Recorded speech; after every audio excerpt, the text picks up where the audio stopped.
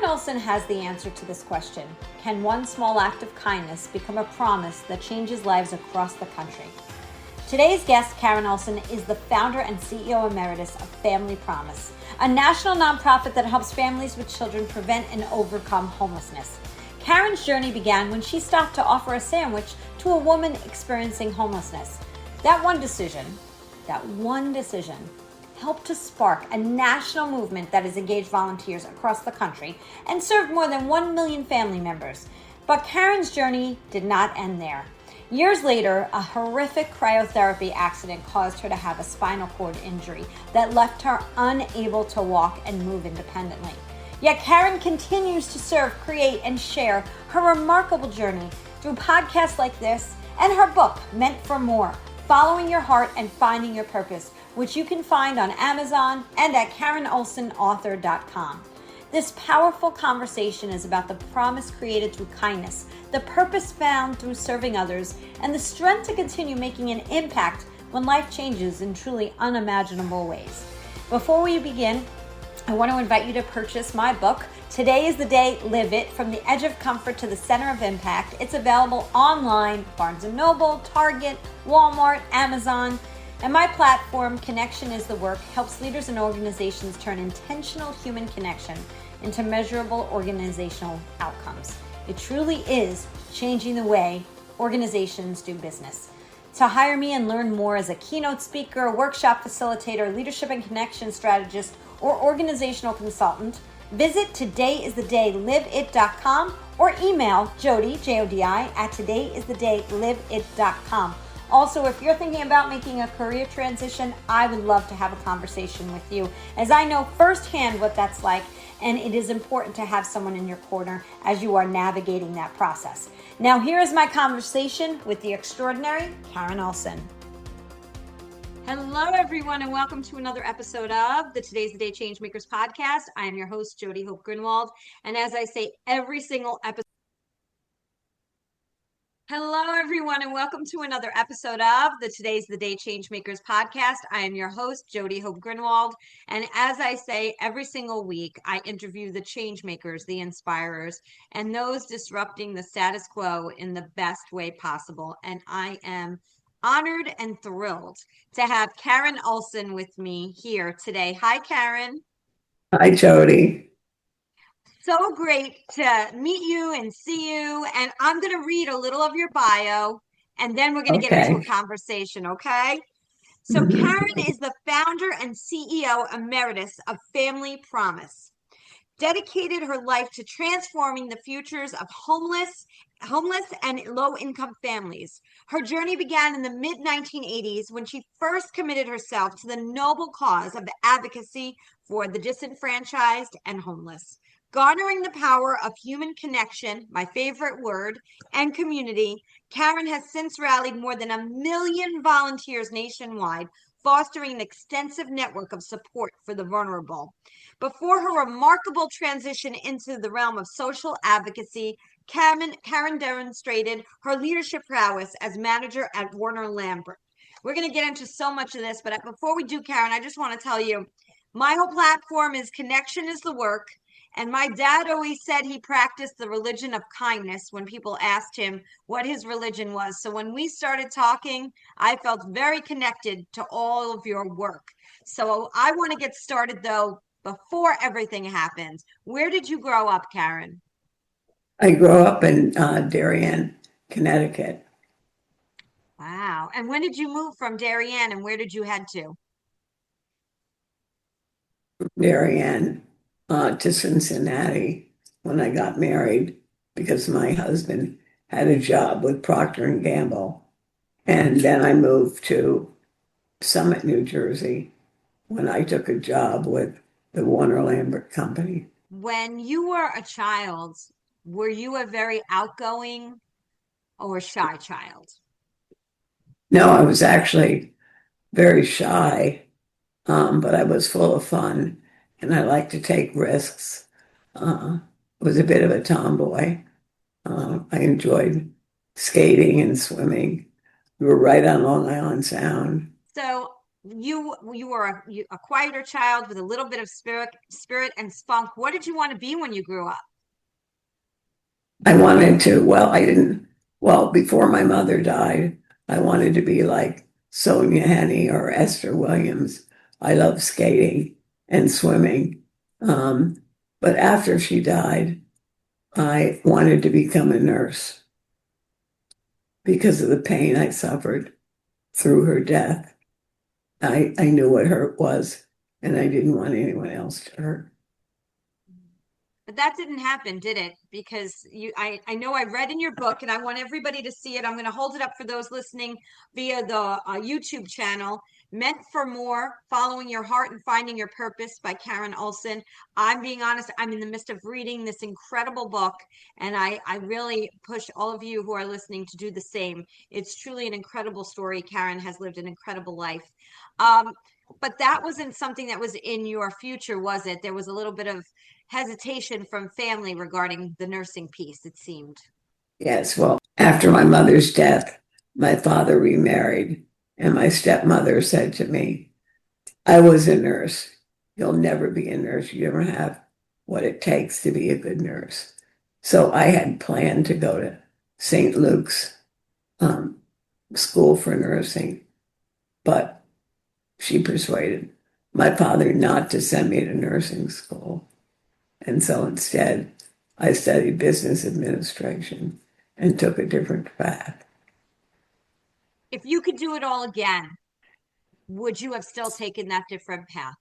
Yes, I would have liked to have gone into nursing, but it worked out very well, as you see as I tell my story, rather than having a few people or dozens of people through nursing. I've helped millions. So sometimes a roadblock comes in our path and it actually works for the good. Absolutely. Absolutely. And I actually think what you wrote to me in your book was never underestimate one effect of even the smallest act of kindness. And that is so true. Whatever our journey leads us, if you pay attention and you're present, incredible things can happen. So you wound up at Warner-Lambert. How did you go from Warner-Lambert to starting an organization like Family Promise? Well, fate intervened one day. I was on my way to a meeting in New York City, and I was about to pass a homeless woman I had seen before. She sat on a crate with her belongings on either side of her. She was elderly, maybe in her late 70s, and she always looked down like there was no hope. And my heart went out to her, but I never stopped. But this one day, I decided to, and I ran across the street and I bought her a ham and cheese sandwich and an orange juice. And when I came back, she said, "Thank you. God bless you. I haven't eaten anything since yesterday." And she took my hand, and I stayed there a bit and learned about her life. She had been married. Her husband was a chef. He died. And her two sons, one died on the West Coast. The other, she just lost communication. So she was all alone in the world. And I knew what depression felt like because I had been depressed. And so that's why I stopped and gave her the sandwich. And then from there, I told my two boys, who were then in 10 and 12, and they had the open hearts of children. And they said, "Mom, let's go into New York and find more people like Millie." So we did, and we made dozens and dozens of sandwiches. And soon we learned that anybody sitting on a bench in Port Authority on a Sunday evening, that's when we would go, was not waiting for their bus. They were simply homeless. So the sandwich became a vehicle to say we cared. That's heartwarming beyond compare. I mean, that's incredible. I want to go back to something you said. You said you knew what it was like to be depressed. And as I was reading the book, I did see that in there. Do you want to share a little bit about that? Because a lot of people hide their depression out of fear of judgment what were you dealing with, and how did you get through it? I was just very depressed, and I was hospitalized at one point for depression, and I was afraid I was going to lose my children because of it. But I came through it, and how I came through it was the medication helped, but most of all, what helped is I began to believe in myself, and I meditated, and I began to be good to myself, and I came out of it. And when I was 30, I took the job at Warner-Lambert, and that made all the difference because now I was in the mainstream of things. What did you do for Warner-Lambert? I developed sweepstakes and couponing events for products like Listerine mouthwash and Schick razors. So I enjoyed it. I enjoyed my colleagues. I enjoyed the creative and competitive nature of the job, but I always felt I was meant for something more, still yearning for something more. And that's when I came across Millie. So And now that was, yeah, go ahead. I'm sorry. Go ahead. and that was really a gift because she changed my path. Incredible. So tell us, you met Millie. You were feeding people on Sundays at Port Authority, ham and cheese sandwiches. What came next? Well, I even had some of my friends from Port Authority back to my house. I invited them back to my house for Thanksgiving dinner, and I would go in like 3 weeks before and give them bus tickets. And eight of my friends came back to my house. You know, they got off at the bus stop in Summit. I picked them up with some of my friends, and at that point, I thought maybe I'm really crazy to do this. But I had known them for a while, and I thought, why not, you know? And so they came into my house, and we had a lovely Thanksgiving dinner, you know, and I had a few volunteers from the neighborhood come and help. The thing about that is I'm not a very good cook. And I've never, ever, ever, ever cooked a Thanksgiving dinner until then. Well, I actually, my neighbor cooked the turkey. So it was just, it was out of the ordinary. That's what I like sometimes. Sometimes being out of the ordinary puts you in a different place. And I cared for these mostly men. There were a couple of women. Um, and it was just beautiful to see them sit around the table and reminisce about Thanksgiving's past. What did they teach you? That we have more in common than not. When you relate to people from your heart, it doesn't matter what their status is. And the status is a funny word anyhow. The people at Port Authority were really real, more real to me than many of my friends in Summit. I had some very good friends in Summit, but others were just a social scene. But my friends from Port Authority related to me with their heart, and I related with my heart back. So what it taught me was give of yourself, and you'll find that happiness might just catch up with you. So it was a beautiful time. And honestly, Karen, I'm listening to you and I'm tearing up, right? For those who can see me, I don't know why I am, but I can feel how special it is that you allowed your heart to be so open without judgment. And that's the thing I worry about in this society. There's so much judgment out there. What do you tell people? What advice can you give to people who spend so much time worried about status and judge others? They don't even realize they're doing it. They're not mean people. It's just the way society is. What awareness can you help them with? Well, I just share how I felt when I began volunteering and stepping outside myself.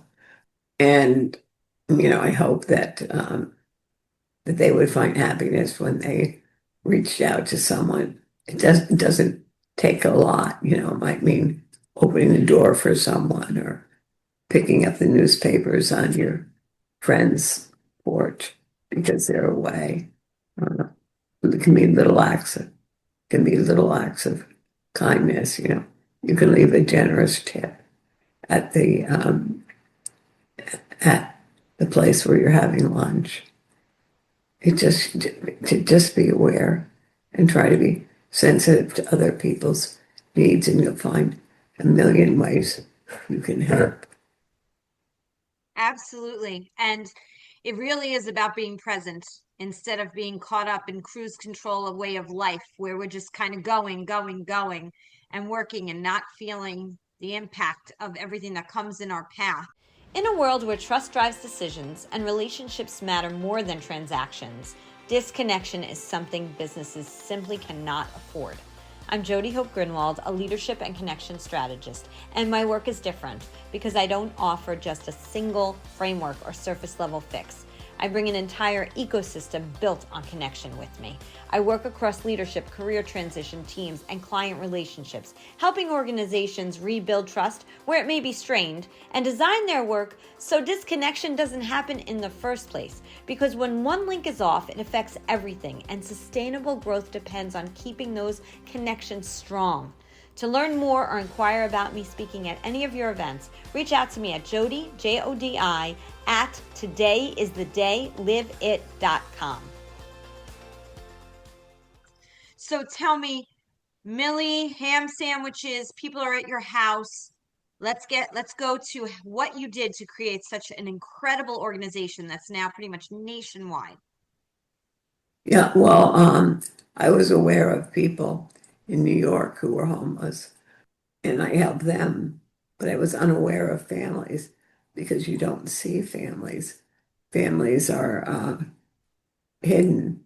They are doubled or tripled up with friends, or they're living in their cars, but you don't see them on their street.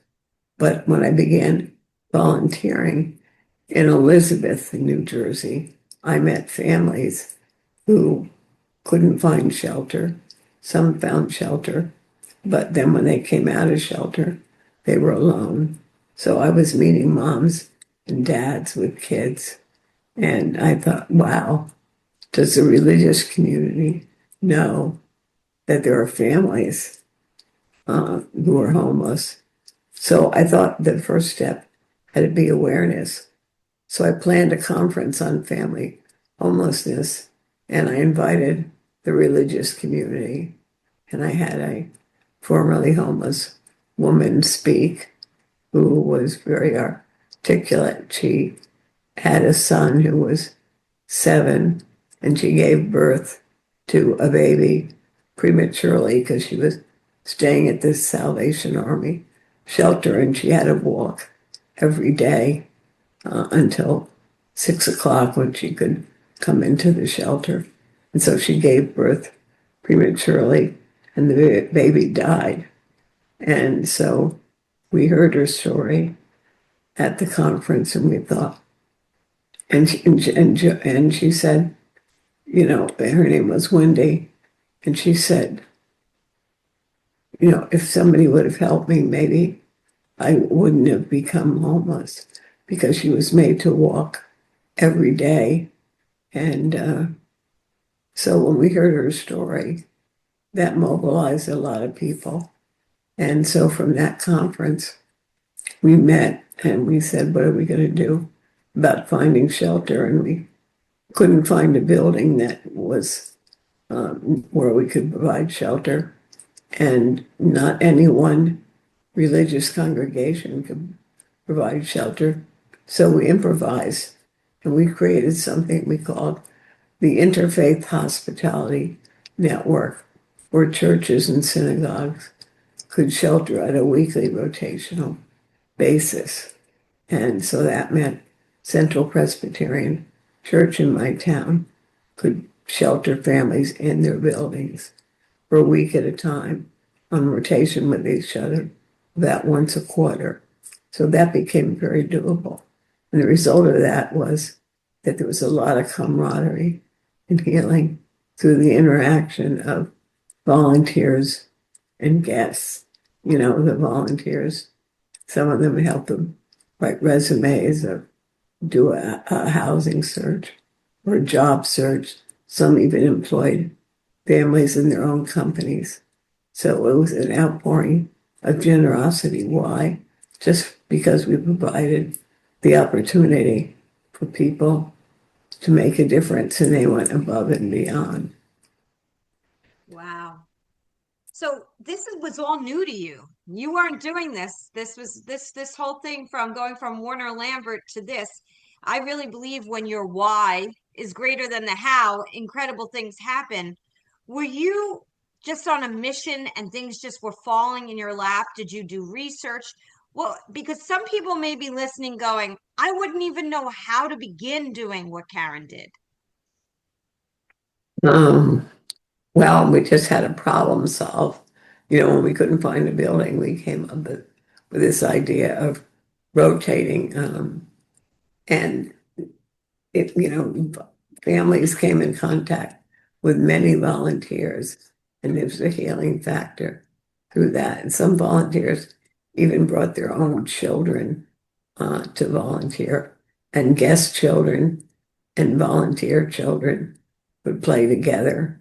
So walls were coming down, and other counties saw what we were doing, and Morris County and Essex County on either side of my county, which was Union, asked, how do you start a program like this? So I showed them how, and then others came to me and said, from Philadelphia and Columbus, Ohio, said, how do you do this? And so it spread like that. And then I raised enough money to hire a staff, and they could go out and present the program to clergy, and that's how we replicated the program.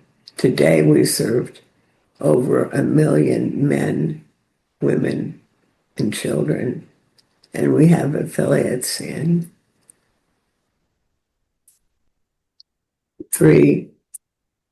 43.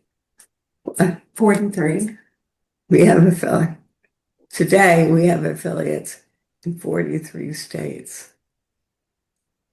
Wow. Yeah. And what that tells you is compassion is alive and well, And in every community, there was not only a need for shelter, but there was a need on the part of volunteers to make a difference, and they did. And so I always considered my mission, or what I was doing, twofold: helping homeless families and providing a way for people to make a difference in the lives of others. So what made you call it Family Promise? Because you chose the name, right? We changed the name to Family Promise because we realized our affiliates were doing so much more. They, after a while, they began to renovate housing. They created transitional housing. They were mentoring families. They were helping in so many different ways.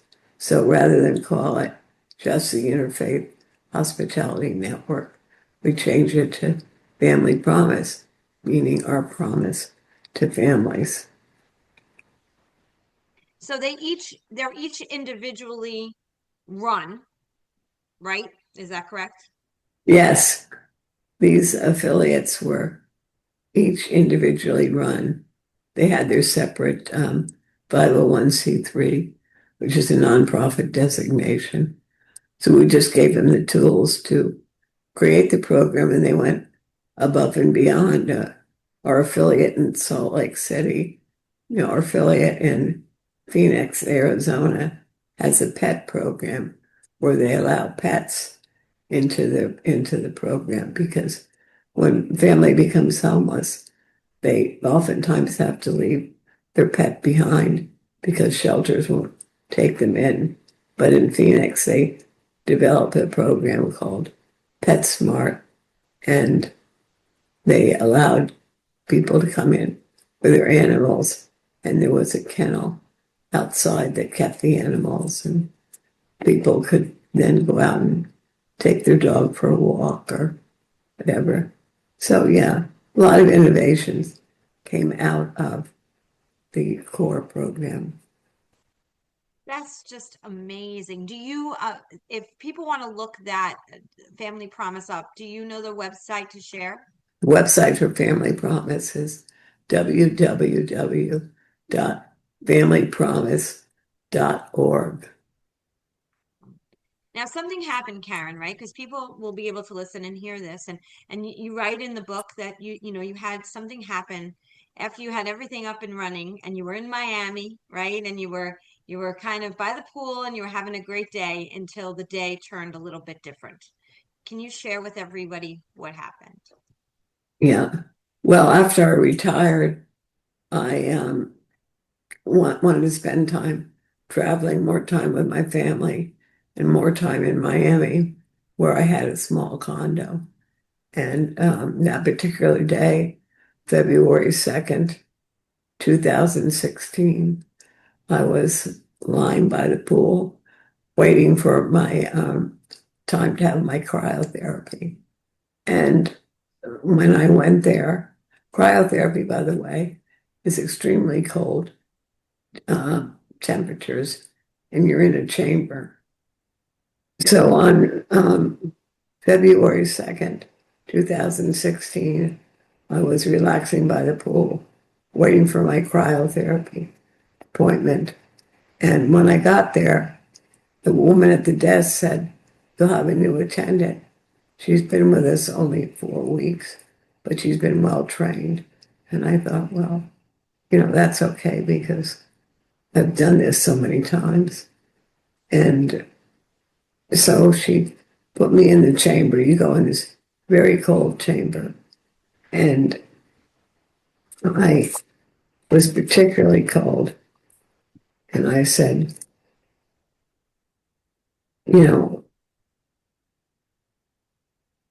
she put me in the chamber. It was particularly cold. And I said, "I'm cold. I'm so cold." And she proceeded to let me out of the chamber when I said that. But I was frozen. And she went around and she opened the door to let me out, thinking I could walk out. But I was frozen. And so I fell forward like a popsicle and hit my head on a raised ledge, bleeding from my head. And it was screaming and running around. And I had the presence of mind to ask for a phone. So I called my two sons, Brad and Doug, who were living in New Jersey. And they came down right away and they stayed with me. And I was in the hospital for about a month, but I had a spinal cord injury and I was now in a wheelchair. I've gotten better over time. I can walk with a specialized walker and the help of my two aides, and I do regular exercises. But my life has changed. But Karen, the person, has not changed. I'm the same person. I'm just not I'm just not able to walk on my own. But I'm, in a wheelchair, and I have the same friends, and I still volunteer. And, I wrote the book, Meant for More. I'm even painting with my left hand. Some of the art you see on the wall behind me are paintings that I painted when I was able to use my right arm. I can't use my right arm. I use my left arm, but I've been able to hold a paintbrush with a special gadget. So I've been painting and I love to do that. And I'm basically happy. I have friends and my aides are all wonderful.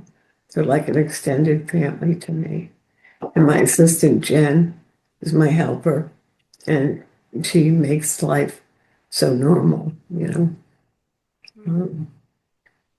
So, yeah. And then I got a call from the young woman who was tending the cryotherapy session, and she apologized.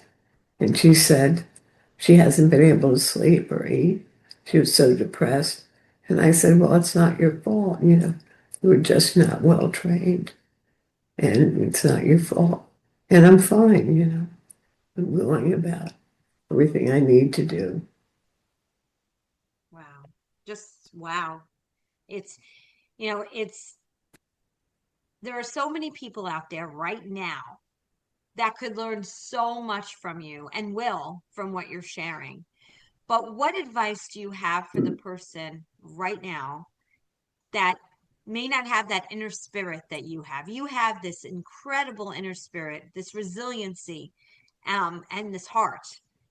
What do you tell the person that might right now have gotten a bad diagnosis, lost a job, is dealing with something? Where do they go inside themselves? What is your advice? Well, you look inside yourself first and you can meditate, and that's helpful. But I would say, look outside, see who you see who needs help, whether it's somebody who's homeless on the street or your neighbor who her mother-in-law is sick and she's trying to tend to her. Maybe you can help cook meals. It's just really going beyond yourself when you do that. You find that happiness might just catch up with you. So I would say go beyond yourself and look to see how you can make a difference where you are. You'll find it not only heals the person you're trying to help, but it heals yourself as well.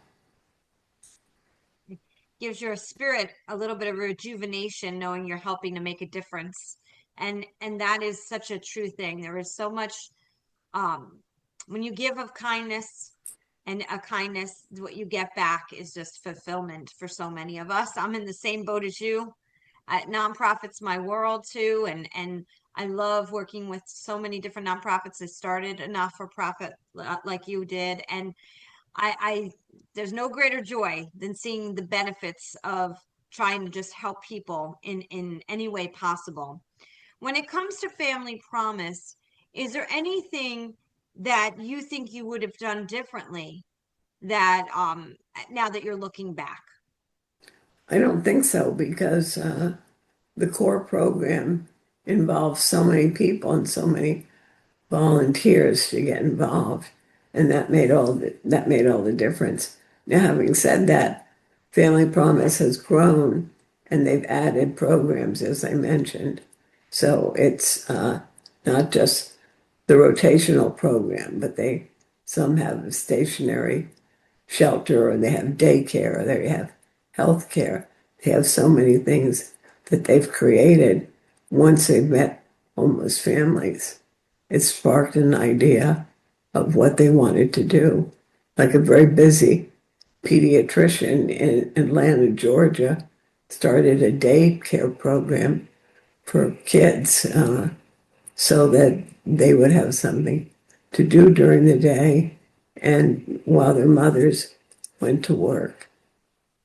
So there's many things you can do. If you didn't stop and care about Millie, meet Millie, provide a ham sandwich, and all of that didn't happen, where do you think you'd be today? Oh, gee.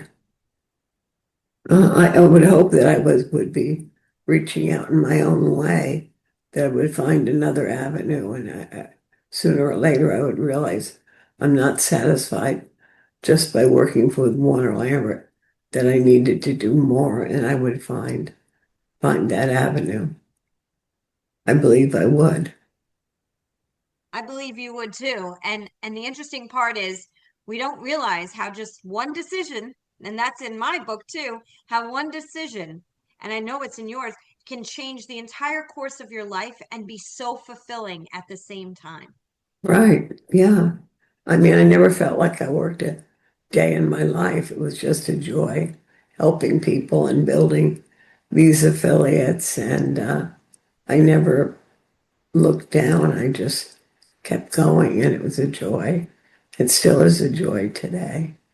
Yeah, very fulfilling. Is there anything else, Karen, you want to share with the listeners? Well, if you're going through a tough spot today, and I have been there, I was depressed and feeling hopeless. Just keep going. Um, keep busy. Reach out to your friends. I know there was when I was depressed, there was a woman who lived in the apartment next to me. She said to me, I have Bible study every Wednesday in my home. Would you like to come over? And just the fact that she asked me made such a difference. And so I went over to her house, every Wednesday for some time. And that was so fulfilling that somebody cared. I didn't really know her well, but she had seen how depressed I looked, and she invited me over to her house. And I always look forward to that. It was a big, big relief to know that people cared. So never underestimate, what you consider a small act of kindness. It can have a profound effect on the person you're giving something to. That is so true. Just one thing that you do, holding a door open, smiling at someone, any of those things can change somebody's day. And then ultimately, you can help change somebody's life just by giving a little of your time and being consciously present. And that's something I really work hard on myself at times because we all get caught up in things. Anything else, Karen? No, I just think the key is reaching out beyond yourself, and you'll find that your world is much bigger than you think, and you'll be removing the limits you have on yourself. And it's a good feeling, and it's contagious. I mean, there's some people that make shopping and status climbing their method of feeling happy, but it's so limited. How much can a new gold bangle bracelet really help you? The immediate thrill of buying it goes away fast. But if you're reaching out to someone to help them, you'll find that, your happiness catches up with you. So reach out beyond yourself. 100%. And that was so beautifully put, Karen. Thank you so much for being part of the podcast and the new and Changemaker family now. Again, everybody, Karen wrote this incredible book, Meant for More, Following Your Heart and Finding Your Purpose. Karen, thank you. And I want to have you on again, hopefully more updates. Is there another book in the realm or is one and done for you? You've got a lot in here. Well, possibly. I'm gathering stories. I don't know where it will go. Yeah. I have a good feeling. I have a good feeling because you tell a really phenomenal story. So thank you for sharing your heart in this book on this podcast, creating family promise and helping people with your tremendously kind heart. I really appreciate it. Thank you, Jodi. And thank you for having me on your show. I've enjoyed talking with your listeners. Thank you. And I want to thank the over 137 countries and 1,400 cities globally that download this podcast. So thank you from the bottom of my heart. And before we go, I'm going to say what I say at the end of every single podcast. Today is the day. You cannot go back to yesterday, and you do not yet own tomorrow. So what small or large steps are you going to take today to get yourself closer to your goals? Karen, thank you again. Karen Olson, everybody, please check out Family Promise. And if you can, give from your heart and support them in some way. Have a great day, everyone.